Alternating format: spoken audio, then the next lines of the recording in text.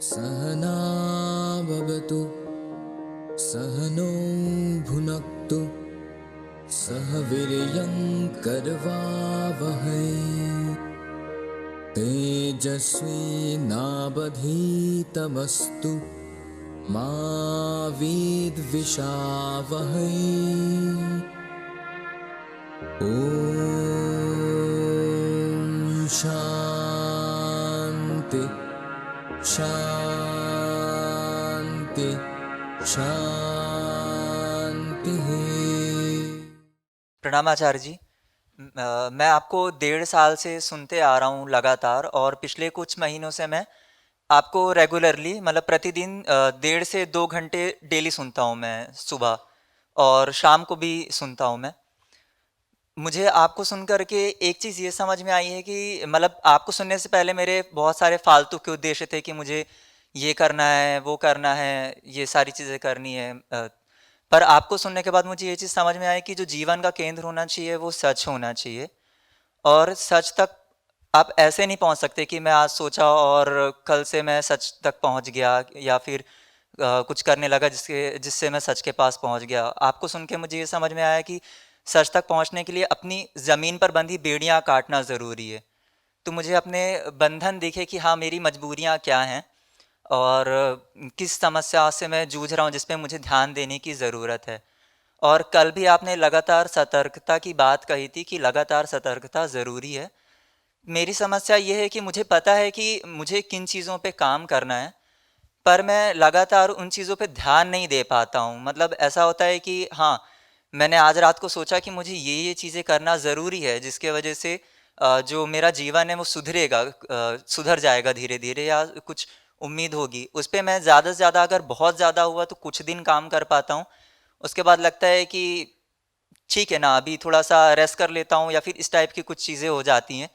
तो मैं फिर वापस से उसी जोन पे चला जाता हूँ जिस पे पहले चला आ रहा था।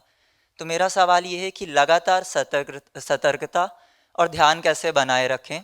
मैं कई प्रकार की मेडिटेशन भी करके देखा मैंने, तो उससे भी कोई बहुत ज़्यादा फ़ायदा हुआ नहीं मुझे, कि जिसके वजह से मेरा ध्यान 24 घंटे बना रहे। तो कृपया करके मुझे बताइए कि मैं ध्यान कैसे दे सकता हूँ। धन्यवाद। देखो, जिसकी ज़िंदगी जैसी चल रही होती है वैसी इसलिए चल रही होती है क्योंकि वैसी चल पा रही होती है। जब वैसे चला पाना असंभव हो जाएगा तब झक मार के अपनी ज़िंदगी को बदलोगे। अभी चलाए ले जा रहे हो, इसीलिए चला रहे हो। तुम्हारे पास एक गाड़ी है, टायर उसके घिस गए हैं, अलाइनमेंट नहीं है, ब्रेक फ्लूइड 1/3 बचा है, लेकिन उसका इस्तेमाल तुम कुल करते हो अपने मोहल्ले से किराने की दुकान तक जाने के। इतना ही उसका इस्तेमाल है। कूलेंट नहीं है, इंजन सीज होने तक पहुंच चुका है, लेकिन मस्त चल रही है। 2 साल से उसकी यही दुर्दशा है, लेकिन चल रहा है काम। ऐसे ही क्यों चल रही है वो गाड़ी? क्योंकि ऐसी वो चल सकती है। क्यों चल सकती है ऐसे? क्यों चल सकती है ऐसे? क्योंकि उसका कुल इस्तेमाल ही तुम कर रहे हो 1.5 किलोमीटर इधर जाना है और 1.5 किलोमीटर वापस आना है, तो चल पा रही है। एक दिन उसको लेकर के एक्सप्रेसवे पे निकलो, अगले दिन तुरंत तुम उसको गैराज भेजोगे, सब कुछ उसका बदलवाओगे। तुम्हें किसी बड़ी शक्ति की जरूरत तब पड़े ना जब तुम्हारे जीवन में कोई बड़ा काम हो। आत्मा माने बल। आत्मा के निकट वही पहुंच पाते हैं जिन्हें बल की जरूरत होती है। तुमने कुछ ऐसा पकड़ ही नहीं रखा जिसमें तुम्हें बल की जरूरत हो, तो तुम्हारे घिसे हुए टायर भी चल रहे हैं आराम से, बदल ही नहीं रहे। क्यों बदलना है? काहे को पैसे खर्च करें? काम चल तो रहा है। जाना है और वहां से हल्दी और नमक और सरसों का तेल लेकर के आना है, उसके लिए काहे को हम गाड़ी पे 15-20 हजार रुपए लगाएंगे? जिंदगी में कोई बड़ा उपक्रम, कोई चुनौती, कोई प्रयोजन, कोई प्रोजेक्ट है क्या?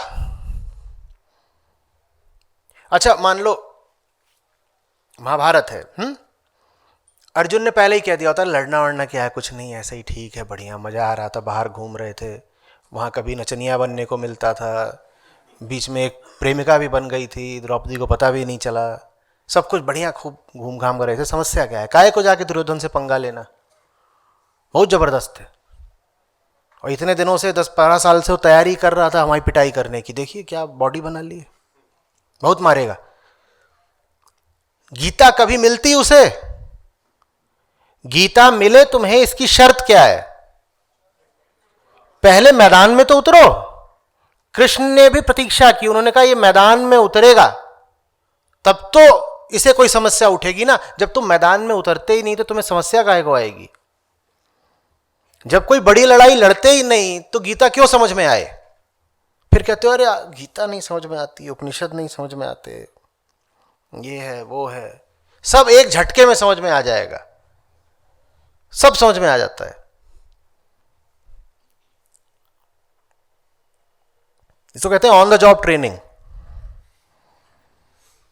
एकदम स्पष्ट हो जाएगा सब। अच्छा यही तो बोला था आचार्य, एकदम बोले 2 साल से सोच रहे थे समझ में आया नहीं, अभी सामने खड़ा कर दिया है, सब एक झटके में स्पष्ट हो जाएगा, तुरंत बोलोगे हम ब्रह्मास्मि।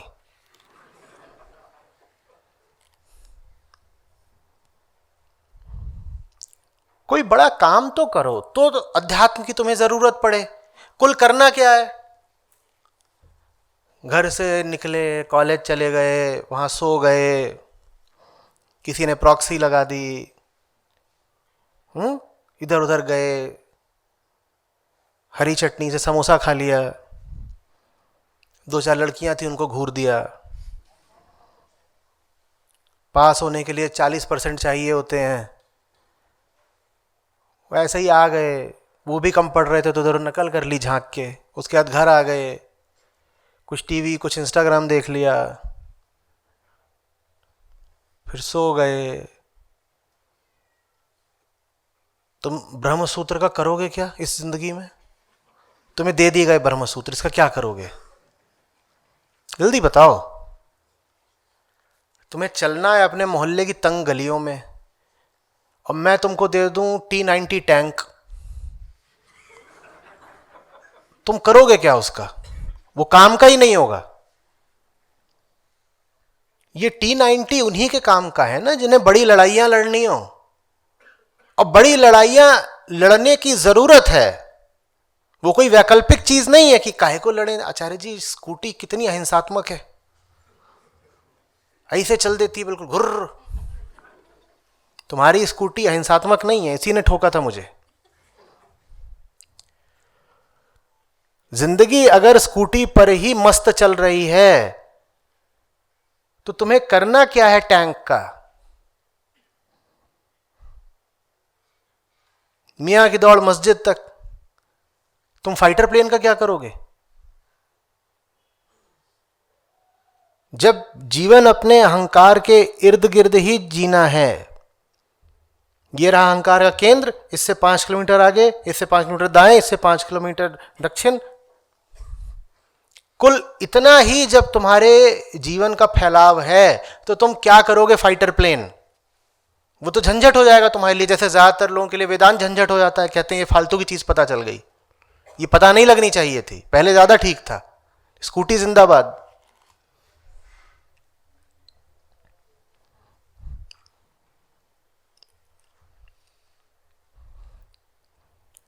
मुझसे बहुत लोगों को लाभ हुआ भी है, बहुत लोगों को, सैकड़ों में उनकी संख्या जिन्हें बहुत बहुत लाभ हुआ है, और ये सैकड़ों हुए जो मुझे पता है, जिनको मेरे पीछे से हो गया, जो मेरे सामने कभी नहीं पड़े, उनकी तादाद हजारों में हो सकता है, लाखों में हो। लेकिन एक बात मैंने देखी है, जितने लोग मेरे सामने आए हैं बताने के लिए कि हुआ, ये सब किसी गहरी मुश्किल में थे। जिनके पास मुश्किलें नहीं होती, जिनका जीवन यूं ही साधारण औसत धीरे धीरे बीत रहा होता है, उन्हें सच एक बोझ की तरह ही लगता है। कहते कहां फंस गए, क्या करना है, तो बेकार क्या बोल रहे हैं ये, यदा यदा ही धर्म से कौन धर्म। भैया एक पैकेट और देना कुट्टू का आटा।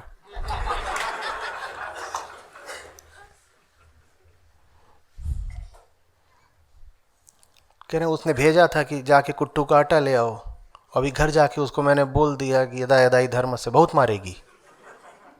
बेकार की बात है, ये गीता वीता बताने लग जाते हैं बीच में।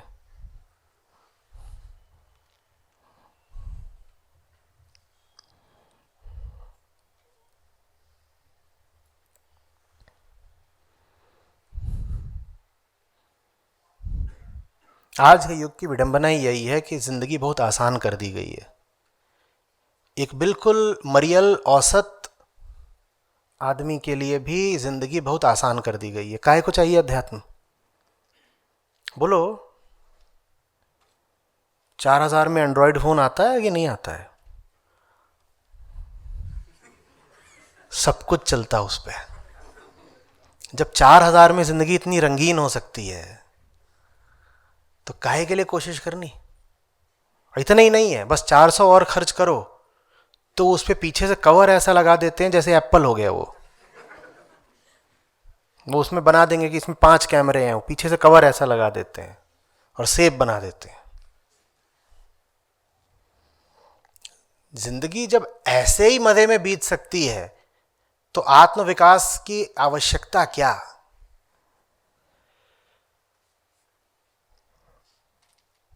जब विघ्न सामने आते हैं सोते से हमें जगाते हैं। विघ्न सामने अब आने ही नहीं पाते। हर आदमी के लिए सब कुछ बहुत आसान है, कौन सा विघ्न?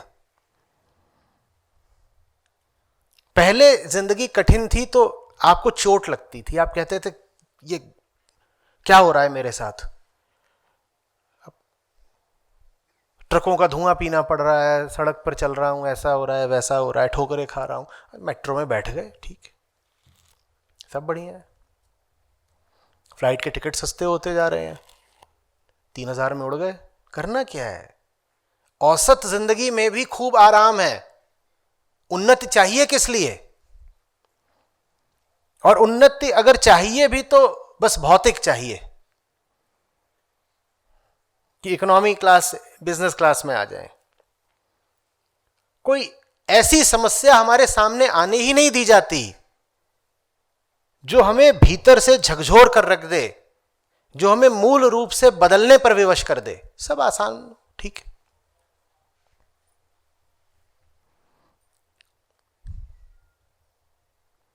मैं नहीं कह रहा जिंदगी को जानबूझ करके कठिन बनाओ, पर मैं बता रहा हूं कि आज का समय इतने विनाश और ह्रास का समय क्यों है? आदमी की चेतना इतने गिरे हुए स्तर पर क्यों है आज? क्योंकि पहले आपको मीडियोकर होने की, औसत होने की सजा मिलती थी, जिंदगी आपको सजा देती थी। आज आपको कोई सजा नहीं मिलती। आज आप जैसे भी हैं आपके लिए बहुत आसानी है।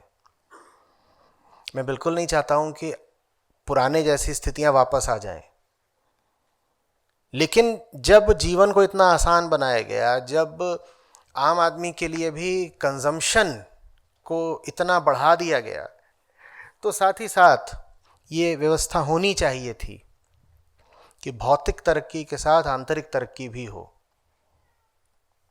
भौतिक हमको तरक्की दे दी गई, आंतरिक दी नहीं गई, तो वो जो अंदर अज्ञान है अब वो बाहरी तरक्की से बिल्कुल संतुष्ट होकर बैठा हुआ है, ठीक चल रहा है, क्या करना है, बढ़िया है।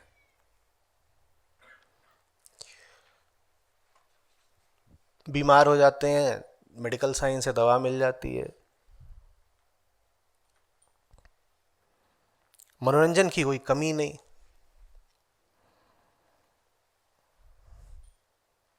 थोड़ा पैसा जमा कर लो तो अमेरिका चले जाओ। सब कुछ तो अपने पास है ना। I feel so empowered. और सांस्कृतिक कल्चरल तौर पर भी मुझे ऐसा लगता है कि मैं बहुत एम्पावर्ड हूं। ट्विटर आ गया है, उस पर मैं किसी को भी जाके गाली दे सकता हूं। पहले आपको किसी ऊंचे आदमी से, ऊंचे से मेरा अर्थ आध्यात्मिक तौर पे ऊंचा नहीं, सामाजिक तौर पर भी, पहले आपको किसी ऊंचे आदमी से मिलने के लिए हो सकता है साल भर प्रतीक्षा करनी पड़े। अब कुछ नहीं है। अब आप जाकर के, कोई हो, राष्ट्रपति हो, प्रधानमंत्री हो, कहीं का हो, फर्क ही नहीं पड़ता। बस उसने ट्वीट करी है, उसके नीचे गाली लिख दीजिए। आपको बड़ी बलशाली होने की भावना आएगी। देखो होगा कोई, मुंह पे बोल के आया हूं, मां की गाली दी है, और ये आपकी फ्रीडम ऑफ एक्सप्रेशन है, कोई इसे रोक नहीं सकता। तो बेहतर क्यों होना है? पहले मुंह खोलने के लिए कुछ पात्रता चाहिए होती थी, है ना? सिद्ध करना होता था कि तुम मुंह चलाने लायक हो।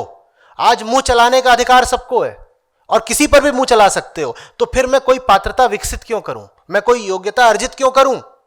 मैं बेवकूफ हूं लेकिन मुझे मुंह चलाने का हक मिल गया है। चुनौती कहां है कोई? फिर कहां चुनौती है बताइए ना। बेहतर होना है तो जिंदगी को थोड़ा कठिन रहने दो, आराम तलब मत बनो। कुछ कष्टों का वर्ण स्वयं ही करो।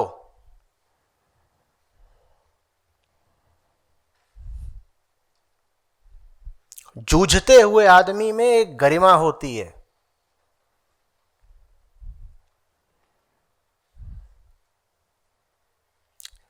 संघर्षशील रहने पर एक तेज विकसित होता है।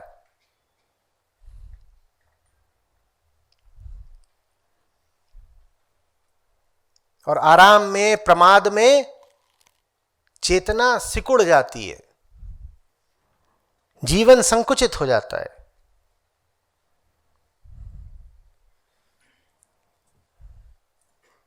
कठिनाइयां पहले से ही मौजूद हैं, उनको दबाओ छुपाओ मत। और अगर कभी लगने लगे कि कठिनाई तो कोई है ही नहीं, तो समझ लो जीवन में कुछ गड़बड़ हो रही है। कठिनाई ढूंढो, होगी, तुम्हें दिख नहीं रही है।